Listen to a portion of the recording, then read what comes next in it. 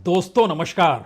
जब किसी पार्टी के भीतर शह और मात का खेल शुरू हो जाए तो फिर जान जाइए उस पार्टी के भीतर से कई आश्चर्यजनक फैसले आपके सामने आने लगेंगे और आप सोचते रह जाएंगे कि दरअसल शह मात का खेल इतना रोमांच भरा क्यों हो गया है। दरअसल यह रोमांच बीजेपी के भीतर का है। दरअसल यह रोमांच बीते 10 वर्षों में प्रधानमंत्री नरेंद्र मोदी और अमित शाह की उस बिसात का है जिसमें बीजेपी का अपना कोई वजूद अगर बचा तो उसका मतलब मोदी और शाह की जोड़ी हो गई। इस दौर में रोमांच इसलिए ज्यादा है क्योंकि आरएसएस जिस रास्ते चलती रही उस रास्ते में भी उसने खामोशी बरत ली, क्योंकि सब कुछ मोदी और शाह की बिसात के अधीन हो गया। राजनीतिक तौर पर यह शह और मात का खेल अब बीजेपी के नए अध्यक्ष को लेकर है। बीजेपी का नया अध्यक्ष कौन होगा, यह सवाल धीरे धीरे आरएसएस को इसलिए परेशान कर रहा है क्योंकि उसका बहुत साफ मानना है कि पीढ़ी दर पीढ़ी आरएसएस से जुड़े हुए लोग, परिवार दर परिवार आरएसएस से जुड़े हुए लोग और आरएसएस से निकलकर कभी जनसंघ और कभी बीजेपी में आई हुई पीढ़ियों के बीच एक सवाल बड़ा है कि आने वाले वक्त में आरएसएस कहां पर टिकेगा, बीजेपी किस धारा में चलेगी। और बीते 10 वर्ष का सच तो यही है, चुनावी जीत ही धारा बन गई, विचारधारा बन गई और उस आश्रय जो चेहरे चमकते हुए दिखाई देने लगे वह मोदी और शाह के चेहरे थे। इस दौर में देश भर की स्टेट यूनिट से लगातार दो बातचीत संघ के लोग कर रहे हैं और यह समझना भी चाह रहे हैं और समझाना भी चाह रहे हैं कि दरअसल भविष्य को लेकर चिंतित होना होगा। यह कैसे चलेगा कि कोई भी संगठन का मंत्री आज एक झटके में बना दिया जाए, किसी की भी नियुक्ति कहीं पर हो जाए। संगठन को मजबूत करने के लिए उसके पीछे एक सोच होनी चाहिए। यानी राजनीतिक तौर पर जिस शुद्धिकरण का जिक्र आरएसएस करती रही वो सब कुछ बीते 10 बरस में मटियामेट हो गया। तो पहला सवाल आपके जहन में यही आएगा, क्या वाकई बीजेपी के नए अध्यक्ष को लेकर इतना चिंतन मनन अब राज्य स्तर और जिला स्तर पर आरएसएस कर रही है, बीजेपी के लोगों से मुलाकात कर रही है, हर स्टेट यूनिट के साथ बैठ रही है, यकीनी तौर पर कर रही है। और परंपरा जो रही है उसमें किसी भी सांगठनिक पद पर किसी की नियुक्ति यूं ही नहीं होती है। आपको नाम बताना पड़ता है, उस नाम में से किसका चयन करना है यह आरएसएस करती है, जो जमीन पर लोगों से संवाद बनाती है और खास तौर से तब जब बीजेपी सत्ता में हो और सत्ता में बैठे हुए व्यक्ति राजनीतिक तौर पर परिस्थितियों को देखते हैं लेकिन विचारधारा और संगठन की दृष्टि से आरएसएस को ही तय करना होता है। लेकिन इस दौर में सब कुछ तो गायब हो गया, यहां तक कि संघ से जुड़े हुए जो 40 संगठन है उसमें भी किसकी नियुक्ति कौन कैसे किस रूप में कर रहा है, उसके पीछे दबाव कौन ओबीसी का डाल रहा है, कौन इस देश की सियासत को साधने के लिए आरएसएस की विचारधारा को भी नए सिरे से मथना चाहता है, ये सारे सवाल इस दौर में उठते रहे हैं। लेकिन पहली बार यह एहसास संघ को भी है और बीजेपी को भी है क्योंकि सामने जो कांग्रेस खड़ी है उस कांग्रेस से कहीं बड़ा कद लिए हुए राहुल गांधी खड़े हैं। राहुल गांधी जिन मुद्दों को जिस तर्ज पर उठा रहे हैं वो भारत के पूरे समाज को मथने के लिए तैयार हैं। यानी यह कल्पना कभी बीजेपी या आरएसएस ने की नहीं थी कि कांग्रेस के नेता राहुल गांधी इस देश के भीतर में जातिगत राजनीति के आश्रय एक ऐसी परिकल्पना अर्थव्यवस्था को लेकर करना चाहेंगे जिसके दायरे में बीजेपी का पूरा हिंदुत्व एक झटके में फुर्र से उड़ जाए। और ये तमाम परेशानियां धीरे धीरे किस रास्ते पर जाकर पहुंच गई, शायद ये हैरान करने वाली इसलिए कहीं ज्यादा है क्योंकि बीजेपी के भीतर शहमात का खेल सिर्फ आरएसएस और मोदी सत्ता के बीच नहीं है। यह शहमात का खेल सिर्फ लखनऊ और दिल्ली के बीच नहीं है। यह शहमात का खेल एक ऐसी परिस्थितियों के साथ खड़े होने का है जिसमें आने वाले वक्त में संघ भी समझ जाए, किसी की छांव से निकलकर बीजेपी अपने विस्तार को पाने की दिशा में लग जाए। वो छांव मौजूदा वक्त में मोदी और शाह की है और शायद वही वो हिम्मत थी जिसमें जेपी नड्डा जो बीजेपी के अध्यक्ष हैं, ये कहने से चूके नहीं कि अब हम बड़े हो गए हैं, हमें संघ की जरूरत नहीं और संघ अब अपना काम करे, हम अपना काम करेंगे। बीच चुनाव के बीच जब 4 चरण हो गए थे, उस वक्त बीजेपी के अध्यक्ष जेपी नड्डा ने यह बात कही थी, तो यूं ही उन्होंने नहीं कही।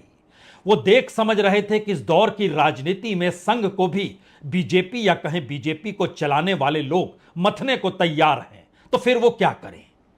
इसीलिए जो सभा सम्मेलन हुआ जिसमें आरएसएस ने बुलाया बीजेपी अध्यक्ष जेपी नड्डा को, उनके सामने जिन परिस्थितियों को रखा वो वक्त मांगते रह गए, अपनी सफाई देने के लिए किसी ने उन्हें पूछा तक नहीं। लेकिन आज तो सवाल यह है कि दरअसल अध्यक्ष है कौन और अध्यक्ष कौन होगा। तरीका बतलाता है कि इस दौर में बीजेपी अपने तौर पर कोई नियुक्ति नहीं करे। संघ ने चेता दिया है, आप अगर अपने तौर पर नियुक्ति करेंगे तो इस बार शह मात कहीं ज्यादा तीखे स्तर पर, संगठन के स्तर पर संघ पूरे देश में छेड़ देगा। और यह सवाल तो बीजेपी के भीतर भी है, अगर चुनावी जीत नहीं मिली तब क्या होगा। हरियाणा के बाद महाराष्ट्र में भी हार मिल गई। हरियाणा का फैसला भी आया नहीं है, लेकिन वहां पर लोगों की लहर बहुत साफ बताने लगी है। तो हरियाणा और महाराष्ट्र की हार के बाद आपके पास क्या बचेगा? तिकड़में बचेंगी, ऑपरेशन लोटस बचेगा, कॉरपोरेट का पैसा बचेगा। वो कौन सी परिस्थिति है जिसमें बीजेपी का कोई भी एमएलए, एमपी या नेता या कार्यकर्ता ये समझ ले कि वह जिस पार्टी के साथ खड़ा है वहां उसकी जीत हो ही जाएगी। असल सवाल यहीं से अब निकल रहा है और इस सवाल के पीछे बड़ा सवाल यह है, क्या वाकई आरएसएस ने कोई नाम इस दौर में मोदी और शाह को भेज दिया है? क्या वो नाम संजय जोशी का है? या संजय जोशी को तो बाहर का रास्ता दिखाया जा चुका था 2013 में ही, तो पहले उनकी बीजेपी में एंट्री तो हो जाए। तो बीजेपी में एंट्री अभी उनकी हुई नहीं है और आरएसएस चाहता है जैसे राम माधव को बाहर निकालकर जम्मू कश्मीर चुनाव से ऐन पहले उनकी एंट्री बीजेपी में हो गई, तो संजय जोशी की भी एंट्री बीजेपी में हो जाए। लेकिन फिर वही सवाल, बीजेपी का नया अध्यक्ष होगा कौन? आरएसएस का कहना एक सहमति होनी चाहिए इस देश के भीतर जो अलग अलग लीडरशिप राज्यों की है, और किसी भी हालत में अपने तौर पर इस वक्त कम से कम मोदी और शाह ये ना सोचे कि वह नियुक्ति कर देंगे, उनको एक पैनल देना पड़ेगा। पैनल का मतलब होता है कम से कम 2 नाम तो आपको रखने ही होंगे। हर जहन में यह सवाल है वो 2 नाम कौन से होंगे। आरएसएस एक दूसरी चीज भी चाहता है, वो चाहता है कि किसी भी तरीके से अगर दशहरा तक, क्योंकि दशहरा का दिन संघ की स्थापना दिवस के तौर पर देखा जाता है और नागपुर में बड़ा भव्य कार्यक्रम होता है, तो जरा सोचिए नया अध्यक्ष नियुक्त होगा, वो दशहरा के दिन नागपुर में होंगे और उन सब के बीच शस्त्र पूजा के बाद जब सरसंघचालक भाषण देने आएंगे तो उस वक्त नया बीजेपी का अध्यक्ष उनके साथ में होगा। इससे बेहतरीन क्या हो सकता है? तो कौन सा चेहरा और कौन सा वक्त, शायद ये नए शहमात का खेल है जो बीजेपी के भीतर चल निकला है।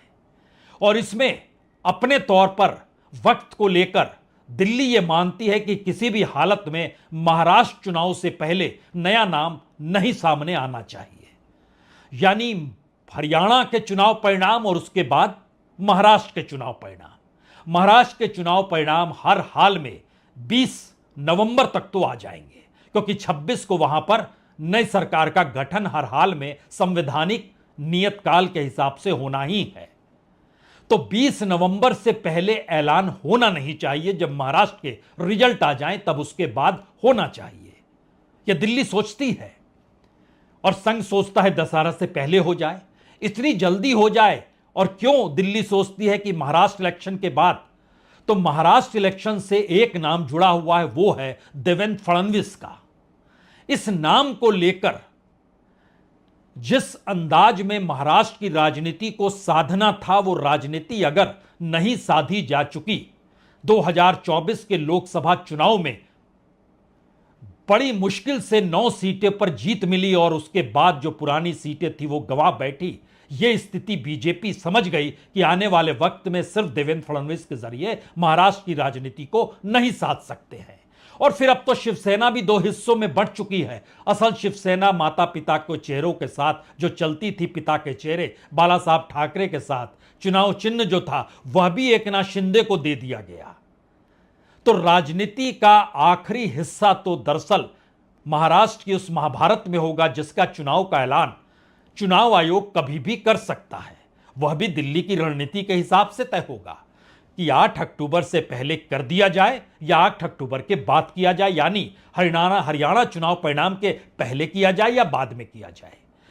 इसका मतलब बहुत साफ है कि अगर महाराष्ट्र में चुनावी हार बीजेपी को मिलती है, यानी जिस बिसात को वो बिछा रही है, अगर वो अनुकूल नहीं बैठा विधानसभा के चुनाव में, तो ऐसे में देवेंद्र फडणवीस इस दौर में सबसे करीबी, सबसे लायक, सबसे युवा नेता के तौर पर बीजेपी में है। और दिल्ली के करीब इस लिहाज से भी है कि महाराष्ट्र की राजनीति में नितिन गडकरी के समानांतर ही देवेंद्र फडणवीस खड़े नहीं हुए, बल्कि राजनीति को साधा, दो राजनीतिक दलों को तोड़ने में बड़ी हिस्सेदारी निभाई और राजनीतिक तौर पर दिल्ली ने जो चाहा उसको उस रूप में रख कर दिया।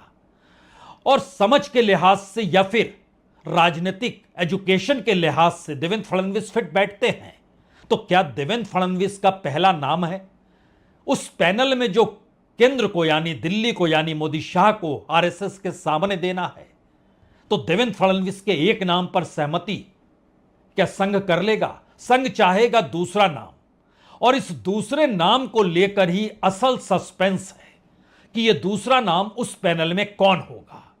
और यह नाम हर किसी को चौंका सकता है, क्योंकि जो तैयारी राजनीतिक तौर पर दिल्ली में होती है वो ये जानती समझती है कि शह मात के खेल में कम से कम आपके जहन में आने वाले वक्त की 2-3 चालें तो होनी चाहिए, तभी आप कोई चाल चल सकते हैं।